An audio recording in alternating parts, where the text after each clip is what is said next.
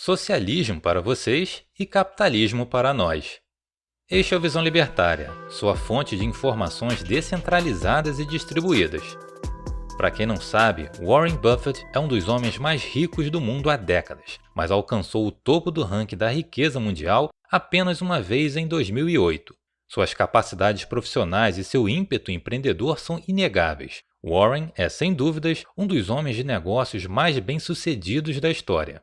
Ele conseguiu transformar uma empresa familiar de tecelagem praticamente falida em uma das maiores empresas do mundo, a Berkshire Hathaway.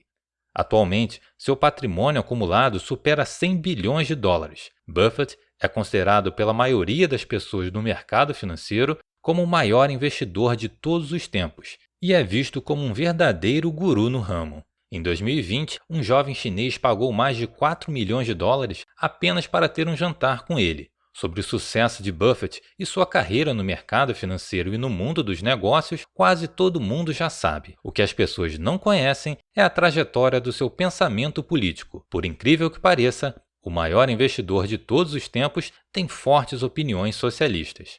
Warren Buffett cresceu na típica família americana, classe média, branca, protestante e conservadora. Ele nasceu na cidade de Omaha, no estado do Nebraska, em 1930. Curiosamente, durante a Grande Depressão.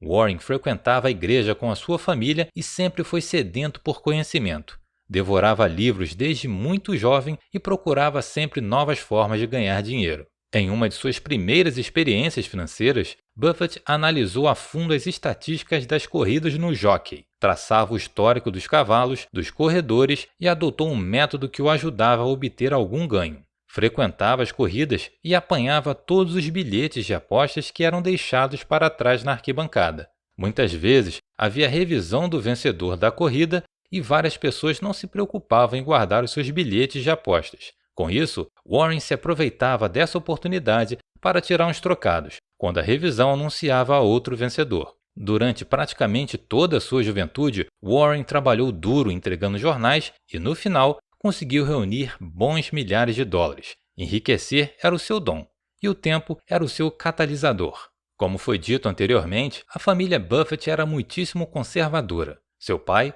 Howard Buffett, foi por muitos anos congressista do Partido Republicano.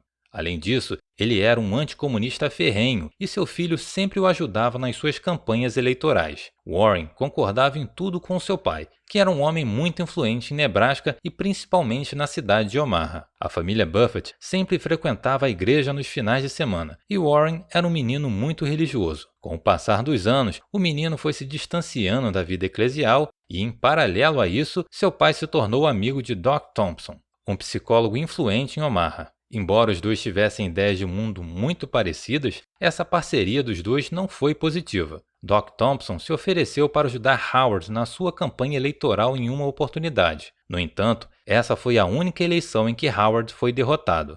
Mas a principal influência na família Thompson na vida dos Buffett ainda estava por vir.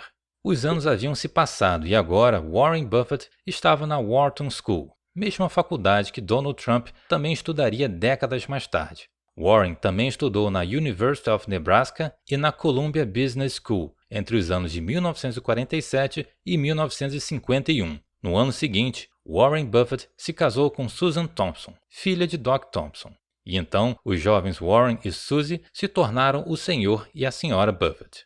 O casal ascendeu socialmente de maneira muito rápida e, conforme iam enriquecendo, passavam a frequentar lugares cada vez melhores.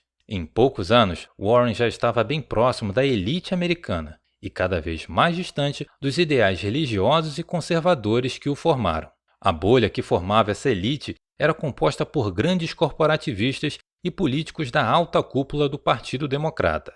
Quase que automaticamente, Suzy estava se engajando cada vez mais com as causas identitárias, principalmente no combate à segregação. Curiosamente, foi George Wallace, um dos políticos democratas mais famosos do último século, que pronunciou as seguintes palavras em um comício: segregação agora e segregação sempre.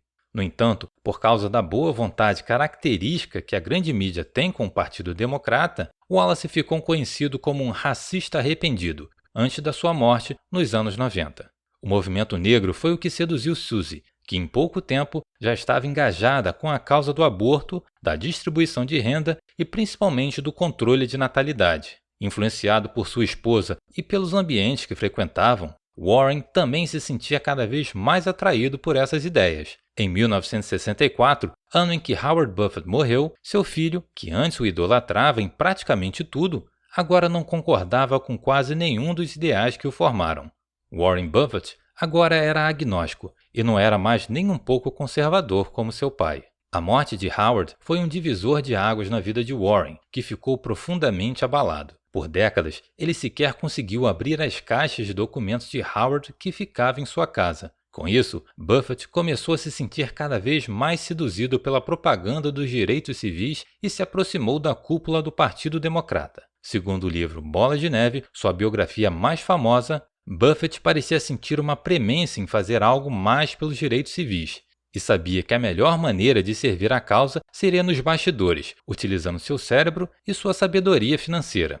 Na época, Warren ficou bastante próximo de nomes como Harold Hughes, senador pelo estado de Iowa, e Ginny Gleim, que ainda estava disputando uma vaga para o Senado. Em 1968, Buffett se engajou ainda mais politicamente, quando tirou milhões de dólares do seu próprio bolso para financiar campanhas contrárias à presença americana no Vietnã. Caso tenha curiosidade em saber o que realmente aconteceu nessa guerra do Sudeste Asiático, assista ao vídeo O que os hippies fizeram com o Vietnã.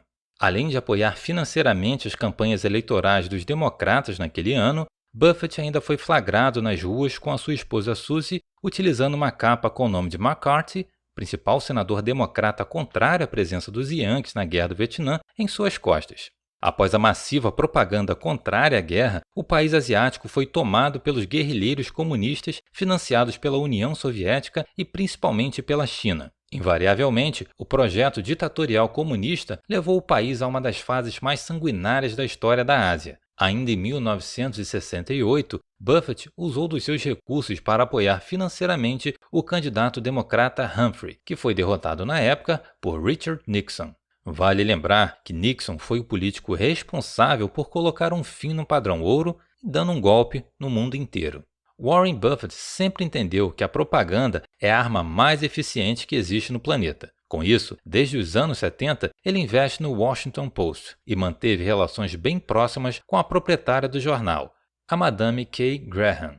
O periódico americano distribuiu durante décadas propaganda democrata praticamente gratuita, com as digitais de um dos maiores capitalistas da história. Parece irônico, mas essa é a realidade. Em paralelo a isso, ele e sua esposa Susan financiaram diversas organizações nos Estados Unidos e muitas delas eram a favor dos direitos reprodutivos, eufemismo para infanticídio por esquartejamento. Até a sua morte, Susan Buffett financiou diversas dessas organizações com os recursos da Berkshire Hathaway, com o apoio de seu marido Warren. Buffett também sempre defendeu o conceito de loteria do ovário. Isso quer dizer que muitas pessoas possuem uma sorte maior do que as outras no seu nascimento. Existem pessoas filhas de bilionários que herdarão fortunas sem realizar nenhum esforço. E existem pessoas que trabalharão duro a vida inteira e nunca terão retorno por razões externas, como as populações de países paupérrimos como Cuba e mais recentemente a Venezuela. Por isso, seria um dever da sociedade de maneira geral amenizar essas disparidades. Durante o governo de George W. Bush, surgiu a proposta de pôr um fim nos impostos sobre a herança. O argumento era óbvio. Era um imposto sobre a morte. Não era nem mesmo um evento financeiro.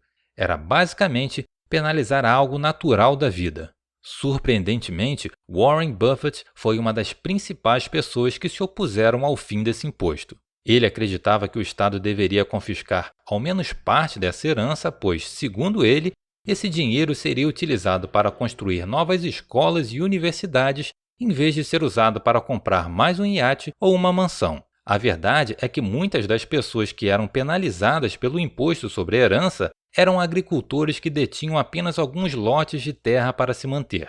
No entanto, Warren contra-argumentou que essas pessoas eram poucas e que os recursos seriam utilizados por uma causa nobre, que ajudaria mais pessoas. Uma das grandes incógnitas por muitos anos foi para quem Warren Buffett deixaria sua fortuna, já que ele nunca se demonstrou simpático a heranças. Ele sempre disse que deixaria a maior parte para instituições de caridade, mas ainda não sabia quais.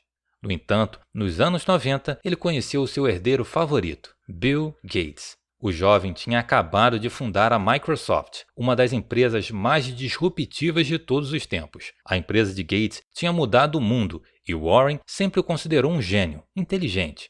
Com o tempo, os dois se tornaram cada vez mais próximos e Bill Gates estava cada vez mais engajado com a caridade. Nos anos 2000, Gates lia vários livros por semana sobre caridade e distribuição de riqueza. Para quem não sabe, ele é um dos principais defensores da renda básica universal.